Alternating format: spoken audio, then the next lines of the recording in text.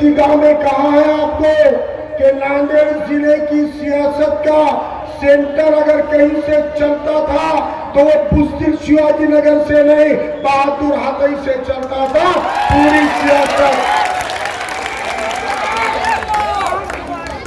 नांदेड़ में कौन सी इलेक्शन में किसको चुनकर लाना है, किसको जिताना है, किसको आगे बढ़ाना है, कौमी इत्तेहाद क्या होगा, मिली इत्तेहाद क्या होगा, इसके फैसले कहीं से होते थे तो हतई और होली के गंगा जमनी तहसील से होते थे। यही सियासत ने इस नांदेड़ का पहला मेंबर ऑफ पार्लियामेंट अगर किसी को बनाया तो हरिहरराव सोनू ने हमारे बौद्ध भाई को तमाम इस नांदेड़ के मुसलमानों ने, हिंदुओं ने, दलितों ने एकजुट होकर पार्लियामेंट में भेजा। नांदेड़ की मिसाल है, पहला मेंबर ऑफ पार्लियामेंट हमारे बौद्ध समाज से था।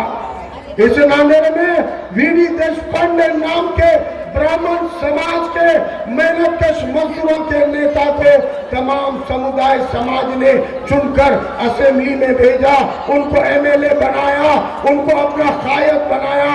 और ये वही नांदेड़ है जिस नांदेड़ में सैयद फारूक पाशा साहब को एक नहीं, दो नहीं, लगातार 3 बार हैट्रिक आमदार बनाने का काम इसी गंगा जमनी तहजीब के नांदेड़ ने किया था। यही नांदेड़ की हतई होली की सियासत, इस नांदेड़ की सियासत ने एक मुस्लिम नुमाइंदे को हर समाज ने वोट दिया। मुसलमानों के साथ साथ यहाँ के हिंदू भाइयों ने, बौद्ध भाइयों ने, दलित भाइयों ने एकजुट होकर उनको 3 बार असेंबली में भेजा। उसके बाद कांग्रेस की मुखालिफत का दौर आया। उस वक्त प्रोफेसर नूरुल्लाह खान साहब को इसी नांदेड़ ने असेंबली में भेजा। प्रोफेसर नूरुल्लाह खान साहब कांग्रेस को हराकर असेंबली में पहुंचे थे। ये मुस्लिम क़यादतों की तारीख है। क्या बात हो गई? उसके बाद में क्यों कोई मुसलमान आमदार और कोई बौद्ध खासदार नहीं बना? नांदेड़ क्या सियासत का मरकज जब हतई से हटकर बुस्तिरों के इलाके में चला गया, अशोक चौहान के कदमों में चला गया, इस नांदेड़ की गंगा जमनी और किरदार और काबिलियत की क़यादतें बंद हो गई।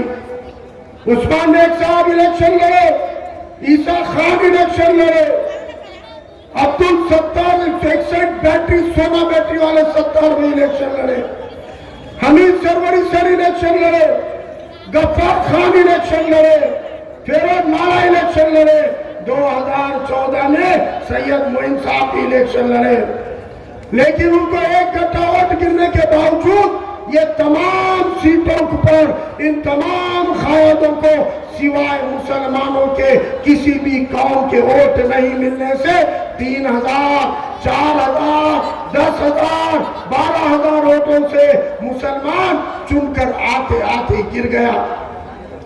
उनको मालूम है कि किसी भी मुसलमान को कोई ऐसी पार्टी टिकट नहीं देती जो पार्टी अपना गैर मुस्लिम वोट दिलाए। ऐसी कोई पार्टी पिछले 50 साल में टिकट नहीं देती थी।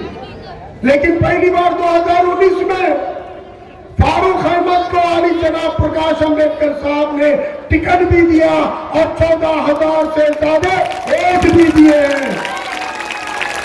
जितने वोटों से मुसलमान हार के आए उनसे दुगने वोट प्रकाश अम्बेडकर साहब की पार्टी ने, वंचित और मेरे बहुजन भाइयों ने 14,000 से ज्यादा वोट डाले। सिद्धार्थ नगर के बूथ के फॉर्म 20 चेक करो, 100% वोट सिद्धार्थ नगर वालों ने फारूक अहमद को डाले।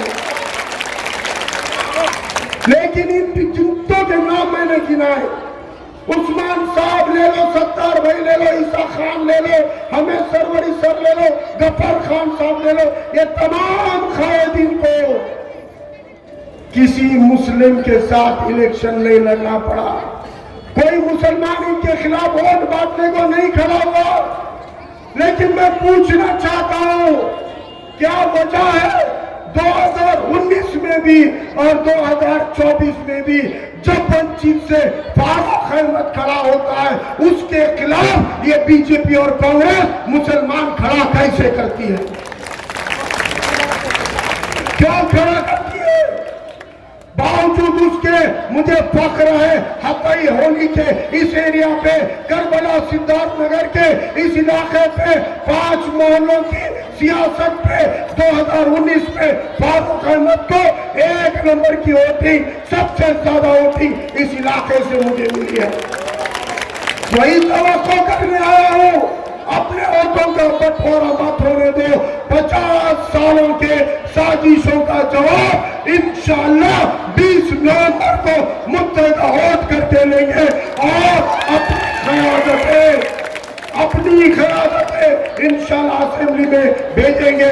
वक्त इजाजत नहीं देता, एक नारा लगाता हूँ 20 नवंबर आपको बोलना है गैस सिलेंडर, 20 नवंबर 20 नवंबर 20 नवंबर, नारे तकबीर।